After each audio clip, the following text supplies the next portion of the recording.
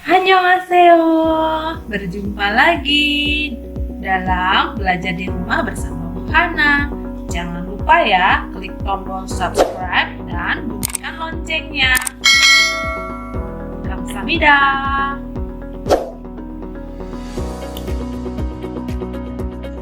Halo anak-anak, bagaimana kabar kalian hari ini? Semoga tetap sehat dan semangat belajar karena hari ini kita akan mempelajari materi tentang klasifikasi dan taksonomi. Jika kalian bepergian dari satu tempat ke tempat lain, maka kalian akan menjumpai beberapa keragaman pada makhluk hidup. Misalnya, keberagaman makhluk hidup yang ada di Indonesia bergantung dari pulaunya. Misalnya, di Sumatera ada harimau dan gajah, kemudian orangutan yang ada di Kalimantan, di Jawa ada badak bercula satu, di Sulawesi ada anoa dan tapir, di Pulau Komodo ada komodo, serta di Papua terdapat burung cendrawasih. Keberagaman bukan hanya dari pulau dan makhluk hidupnya, tetapi dalam satu jenis pun makhluk hidup itu bisa bervariasi. Misalnya pada kucing, di sana ada kucing lokal, kucing Himalaya, kucing Persia, dan lain-lain. Kemudian pada flora, yaitu pada tumbuhan mangga, di sana terdapat jenis mangga yang sangat beraneka ragam, dari mangga aromanis, mangga mana lagi, dan mangga yang lainnya. Nah, dengan keberagaman makhluk hidup seperti itu, kita membutuhkan klasifikasi makhluk hidup. Ada yang tahu apa itu klasifikasi? Klasifikasi adalah kegiatan mengelompokkan makhluk hidup berdasarkan perbedaan dan persamaan ciri yang dimilikinya. Tujuan mengklasifikasikan makhluk hidup adalah untuk mempermudah mengenal dan mempelajari makhluk hidup serta mengetahui hubungan kekerabatan antar makhluk hidup.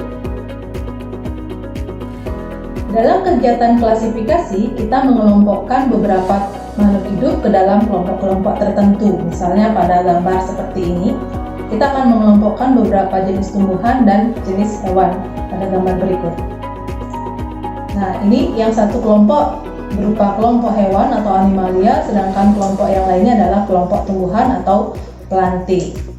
Kelompok-kelompok yang dihasilkan pada kegiatan klasifikasi disebut dengan takson. Takson yang dipelajari ini akan dipelajari dalam ilmu yang disebut dengan taksonomi. Nah, tahukah kalian bahwa sistem klasifikasi di Indonesia dikenal ada dua cara. Yang pertama adalah sistem klasifikasi alami oleh Aristoteles, dan yang kedua adalah sistem klasifikasi buatan oleh Carolus Linnaeus. Pada sistem klasifikasi alami, kita menggolongkan makhluk hidup berdasarkan ciri-ciri yang tampak pada tubuhnya. Misalnya, yang pertama dengan cara berdasarkan morfologi atau bentuk tubuh. Pada tumbuhan, misalnya tumbuhan dibedakan menjadi rumput, semak, perdu, dan pohon. Kemudian dibedakan berdasarkan habitat atau tempat hidupnya. Misalnya pada tumbuhan dibedakan menjadi tumbuhan hidrofit, higrofit, xerofit, epifit, dan parasit. Kemudian berdasarkan manfaat, misalnya saja pada tumbuhan dibedakan menjadi tanaman hias, tanaman obat, tanaman pangan, serta tanaman sandang.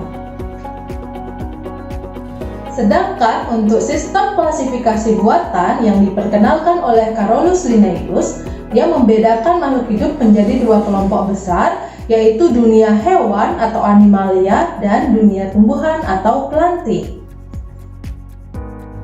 Carolus Linnaeus membedakan takson pada makhluk hidup menjadi 7 tingkatan takson, yaitu ada kerajaan, ada divisi dan filum.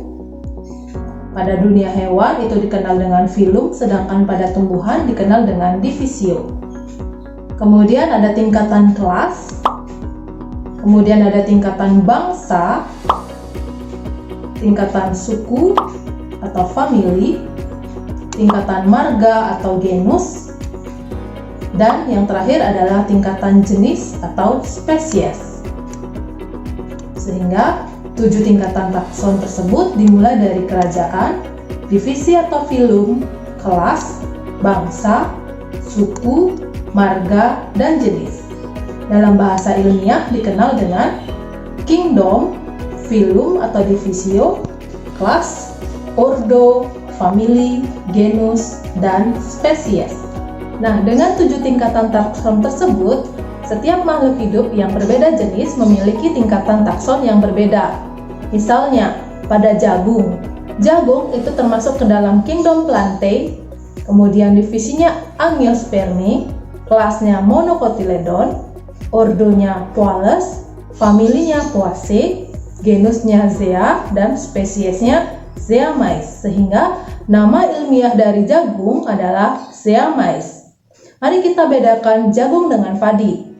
Untuk padi termasuk dalam kingdom Plantae, divisi Magnoliophyta, kelas Monocotyledon, ordo Poales, famili Poaceae, genusnya Oryza, dan spesiesnya Oryza sativa, sehingga nama ilmiahnya dari padi itu adalah Oryza sativa.